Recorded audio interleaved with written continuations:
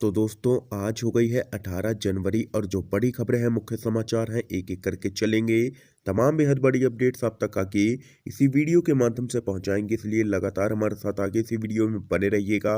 तो वहीं दोस्तों, खबरों की तरफ चलने से पहले आप लोगों से एक छोटा सा निवेदन है कि अगर आप लोग भी यूपी के आगामी विधानसभा चुनाव में बीजेपी की करारी हार होते हुए देखते हैं और एक सत्ता परिवर्तन की लहर को देखते हैं तो अभी इस वीडियो को लाइक कीजिएगा, चैनल को फ्री में सब्सक्राइब करके बेल के आइकन को जरूर दबाइएगा दोस्तों, और कमेंट बॉक्स में कमेंट कीजिएगा जय हिंद जय भारत। दरअसल दोस्तों, पहली बड़ी खबर आप लोगों को बताते चलें। विधानसभा चुनाव निर्वाचन आयोग का बड़ा फैसला, पत्रकार सहित इन लोगों को दी है पोस्टल बैलेट से वोटिंग की इजाजत। आप लोगों को बताते चले 5 राज्यों में होने वाले विधानसभा चुनाव को लेकर के निर्वाचन आयोग ने एक बड़ा फैसला किया है। इसके तहत विधानसभा चुनावों में वोट डालने के लिए कई विभागों के कर्मचारियों लोगों को पोस्टल बैलेट की इजाजत दी जाएगी।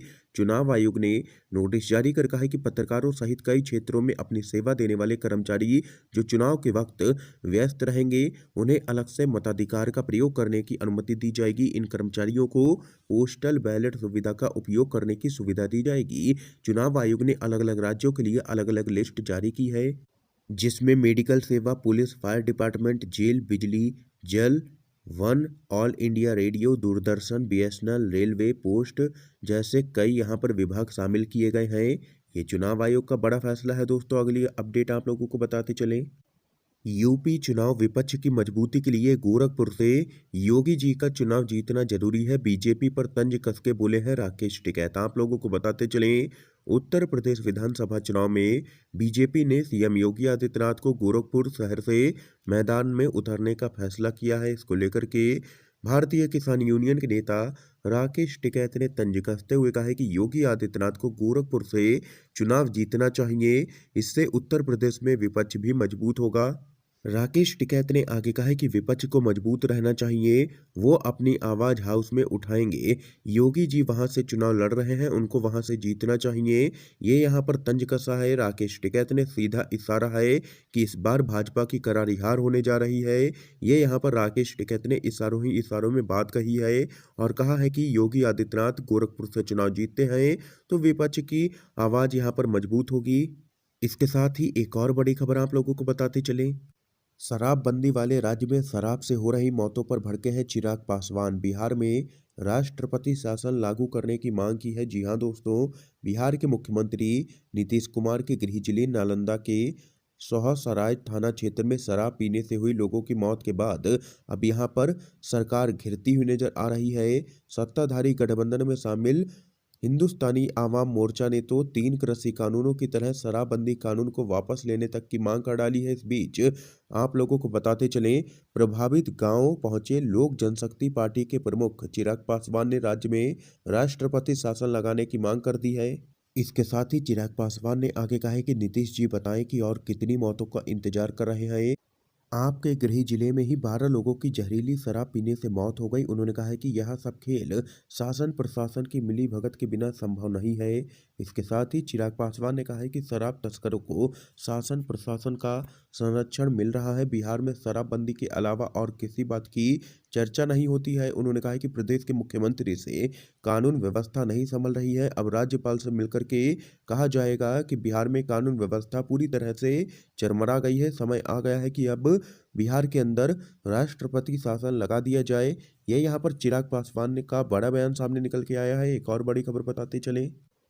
पंजाब में चुनाव टला है, 14 फरवरी को नहीं अब 20 फरवरी को होगी वोटिंग। चुनाव आयोग ने मानी है सीएम चन्नी की मांग। आप लोगों को बताते चलें, चुनाव को लेकर के पंजाब से बड़ी खबर सामने आई है। जानकारी के मुताबिक सीएम चन्नी की चुनाव तारीखों को आगे बढ़ाने की मांग चुनाव आयोग ने मान ली है।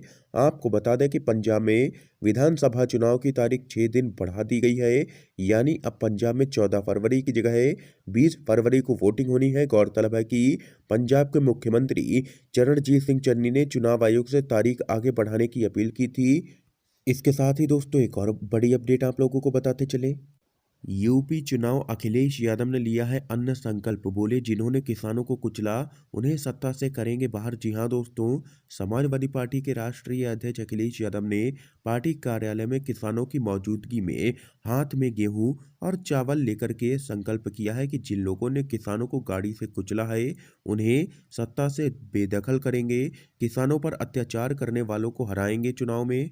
इसके साथ ही अखिलेश यादव ने वादा किया है कि प्रदेश में सपा सरकार आई तो सभी फसलों पर न्यूनतम समर्थन मूल्य दिया जाएगा। गन्ना किसानों को 15 दिन में भुगतान किया जाएगा।